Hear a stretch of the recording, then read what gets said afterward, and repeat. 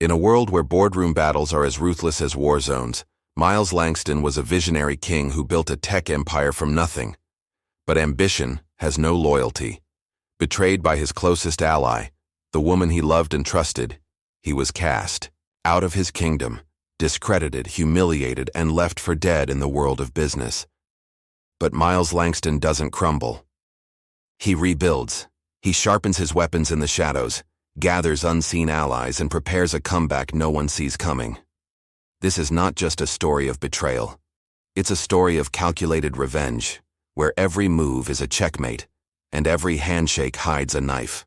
As Miles reclaims his throne, he exposes the rot beneath the gleaming surface of power, and forces those who betrayed him to face a reckoning they never imagined. In the end, the empire he rebuilds isn't just about wealth or power. It's about rewriting the rules of loyalty, love, and vengeance on his terms, because sometimes the best revenge is making them wish they had killed you when they had the chance.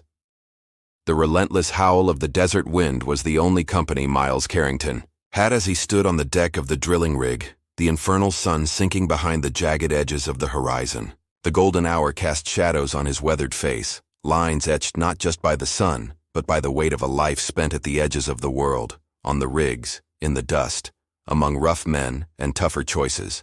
For Miles, the oil rigs weren't just work. They were exile, and today they have become something far worse. He stared at the message glowing cold on his cracked phone screen. Miles, we're done. By the time you see this, I'll have moved out. Devin helped me see how unhappy I was. I can't pretend anymore. I'm filing for divorce. Don't make this harder than it is. Krista. Devin Reynolds. His best friend. His blood brother in the world of offshore oil. For a long moment, Miles stood still, the Sahara winds whipping at his shirt, the faint hum of drilling equipment lost behind the thundering pulse in his ears. His hand trembled, but not from rage. No. It was something deeper, something cold, like steel running through his veins. He didn't throw the phone. He didn't scream. He didn't even curse. Miles Carrington never showed his wounds in the open. He was a man of quiet storms. That night in the claustrophobic bunkhouse, he sat alone. His coffee turned bitter hours ago, untouched. The overhead fan groaned above him like a dying animal, mirroring his hollow chest. His bunkmate, Ramirez, tried to joke about the heat. Miles didn't respond. There was a war raging inside him. A war where the enemy wore the faces of the people he'd once trusted with his soul. He scrolled back through the old texts Krista had sent him. Sweet words, promises, memories, lies. The photos of their wedding, day in the Texas sun, haunted him now. Krista's smile, Devin's smug toast, the laughter, the vows, all ashes, and yet he couldn't summon tears. Miles Carrington wasn't built for grief. He was built for strategy. He was a man forged in brutal negotiations, icy boardrooms, and the treacherous oil politics of the Middle East. If Krista and Devin thought they had blindsided him, they had no idea they had merely awakened a sleeping wolf. That was what he always called it inside his head. When betrayal came, don't fight in anger. Fight in cold silence. And tonight, Miles activated it. He wrote nothing back to Krista. No calls, no texts, no pleading. Instead, he sent one message only. To an old contact in Houston. Brendan Klein, his fixer, his shadow, the man he kept for situations exactly like this. Brendan, it's Miles. Full audit. All assets. Start with Krista, then Devin. Quietly. This is off the books. Brendan's reply came within minutes, as if he'd been expecting this day. Understood. This is what we trained for, old friend. Let them think you're broken. It'll make them careless. 3 weeks passed. Miles remained on the rig. Everyone noticed he worked harder, longer shifts, and volunteered for the dangerous stuff. He smiled less, if that was even possible. Only Ramirez whispered to the others, "Carrington's gone ice cold, man. Bad news." But Miles was far from broken. He was building his war chest, preparing the legal onslaught, quiet as the midnight drill, relentless as the deep earth pressure. One night, miles away in Houston, Krista was having dinner with Devin at a downtown steakhouse. She wore the Rolex Miles gave her on their 5th anniversary. She still used his black card. She laughed too loudly, sipped wine too expensive for Devin's taste, and checked the burner phone she'd bought for their secret conversations. To her, Miles was still 6,000 miles away, stuck in the Middle East. Desert, too busy, too blind, too predictable. But what she didn't know was that Brendan had already infiltrated her accounts, mapped her spending, pulled her phone records, and traced her secret rendezvous spots. Miles was feeding off the betrayal now. Pain had turned to fuel. And tonight, the first proof arrived. Brendan's email hit Miles's inbox at 3 a.m. desert time. Subject: "It's worse than we thought. Miles, they're not just lovers. They've been stealing from you for months. Fake business loans in your name, forged signatures on property transfers, even falsified domestic violence claims filed in your absence to paint you as an abuser. They're prepping for a courtroom slaughter. They're calling it Plan B in their texts, my guess. They're planning to take you for everything and bury your reputation." Attached were screenshots of texts between Krista and Devin. Krista: "Don't worry, I'll have the court eating from my hand. Miles will never see it coming. The bruises, easy to fake. I already booked the photographer. Miles is predictable. He'll sulk offshore while we finish the game." Devin: "If he tries to fight back, we leak the photos, babe, and we let the court handle him. He's all yours. Or should I say, all ours now." For the first time in weeks, Miles smiled. Not a kind smile, not a sad one, a predator's smile. They thought they knew him. They thought the Miles Carrington they left behind was weak, cornered, and defeated. But they had only seen the husband. They had never seen the operator. Miles's plan was simple: patience. Gather everything. Let them think he's still numb, broken, unaware. Meanwhile, back in Houston, his legal team, led by Thomas Grayson, the most brutal divorce lawyer in Texas, prepared quietly. Every document, every account, every shady transaction, every text. But still, the nights were heavy. Miles wasn't made of stone. When he lay in his bunk, under the whir of the fan, the ghost of Krista haunted him. Her scent still clung to his old work shirts. Her laughter echoed in his head, now dripping with venom. What was real? Was anything ever real? Was she always this cold? Had he been so blind? But he never let the emotion break through the surface. Miles knew what the stakes were. Men like Devin didn't just want the girl. They wanted the throne, the kingdom. They wanted to erase the king. And then came the message that told him the game was about to escalate. It was a Sunday. His burner phone vibrated at dawn. It was Krista. "Miles, I know you saw the divorce papers by now. I also know you can be mature about this. Let's make it easy. I've already moved most things out. Let's not drag this into something messy. For both our sakes. You can keep the ranch in Austin. I'll take the condo, the investments, and the cars. Fair, right? And for God's sake, don't embarrass yourself or try to play tough. Devin's helping me with everything now. Let's be adults." Devin's name in that message was the final insult. Miles didn't reply. Instead, he pressed delete. He whispered to himself, the first words he'd spoken aloud in days. "Adults? You want adults, Krista? Fine. Let's play grown-up games." He turned off the burner phone, walked back into the rig's control room, and made a call on the secure line to Thomas Grayson. "Activate cold return. We go nuclear." And as the desert sun bled over the horizon, Miles Carrington, the man everyone thought was too broken to fight, prepared to return to Houston, not as the betrayed husband, but as the executioner. Miles Langston had always been known for his calculated patience, a trait that had made him both revered and feared in the oil industry. Now, stripped of his empire, name ridiculed in the media, and betrayed by those closest to him, he channeled that same patience into something far more personal: vengeance. The world thought he had retreated into disgrace, hiding from the fallout. They couldn't have been more wrong. Miles operated from the shadows, setting up a discreet base of operations in an upscale yet unassuming brownstone in the heart of Houston's Old District, a place where few would look for him. No entourage, no cameras, just him, a battered leather chair, and stacks of reports, dossiers, and financial forensics. Every move was deliberate. Every night was long. Miles studied the chessboard that Devin and Krista had arrogantly displayed to the world, examining every player they thought was loyal, every asset they claimed, every ally they celebrated. They had made one fatal mistake.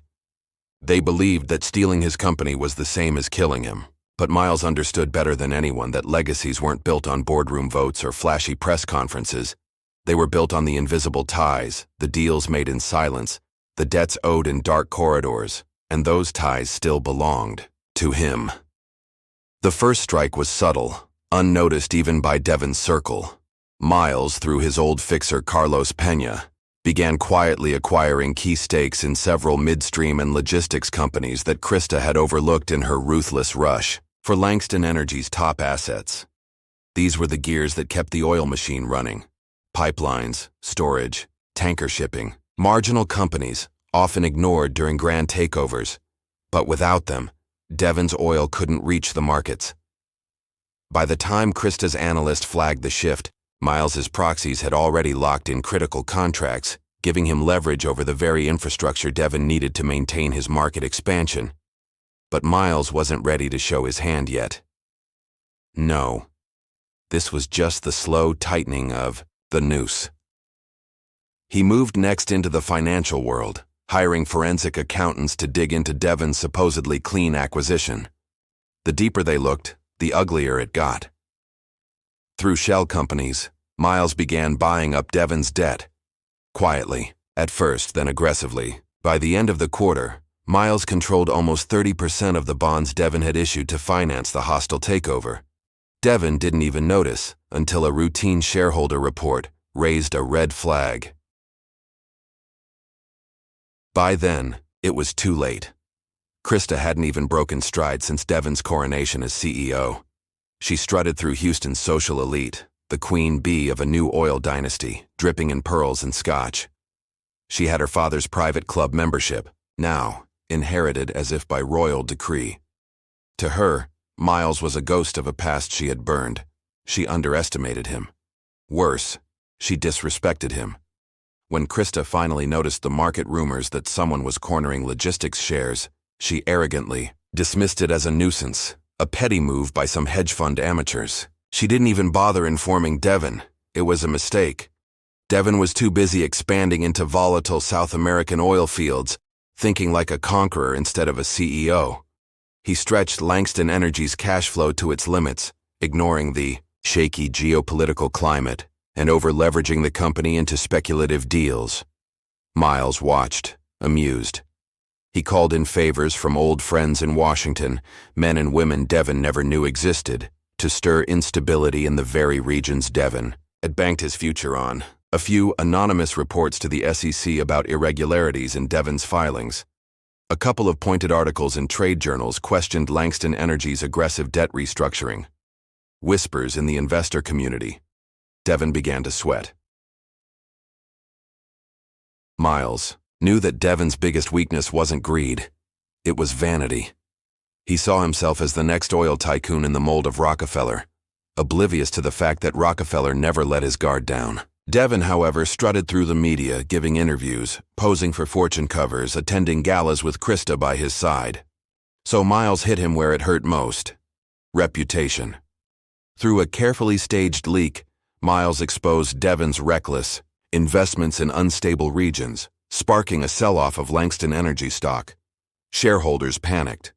Devin lashed out at the press, accusing them of misinformation, only to be met with deafening silence from the board. Behind the scenes, Miles had already begun sowing discord among Devin's inner circle, offering lifeboats to those willing to jump ship. Directors who had once voted him out now quietly met with his emissaries in shadowy restaurants and golf courses. The once loyal boardroom was cracking. Krista finally realized the iceberg looming beneath the waters when the Department of Justice announced an investigation into Langston Energy's alleged environmental violations in Venezuela and Brazil. charges that came from anonymous whistleblowers. Whistleblowers Miles had recruited. Langston Energy's stocks plummeted. Devon's empire wobbled on the brink. Still, they hadn't figured out who was orchestrating the chaos.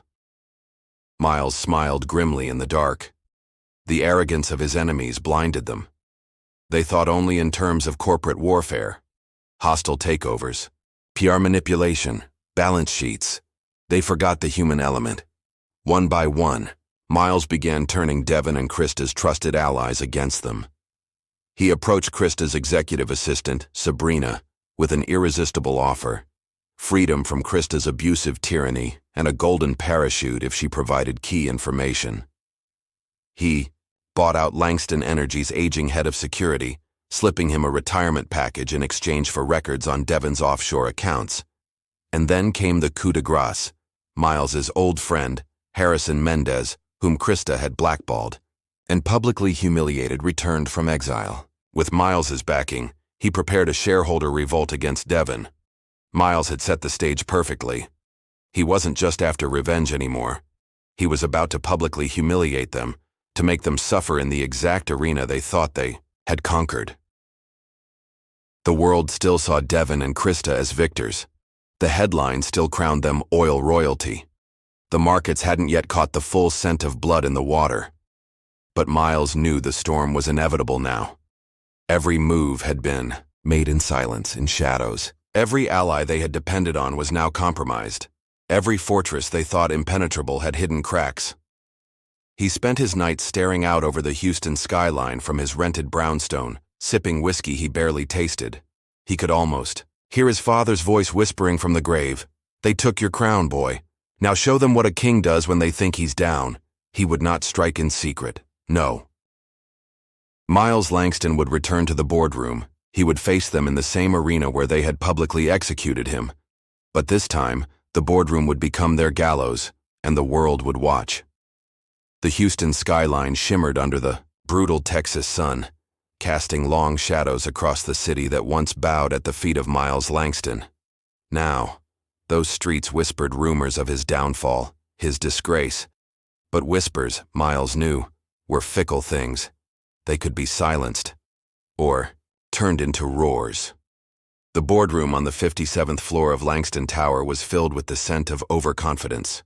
Devon wore a smug grin, flanked by Krista, oozing triumph in her $1,000 suit, dripping with diamonds she had once mocked as old-world excess. Today, they were convening to rubber-stamp another aggressive expansion plan, an attempt to mask the hemorrhaging stock price and looming investigations. But today, the agenda held an unexpected item. The room fell into an uneasy murmur as the shareholders filed in, some confused, others visibly tense.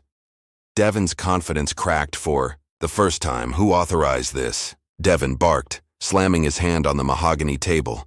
Miles entered the room with the calm of a man who owned it, even though technically he did not.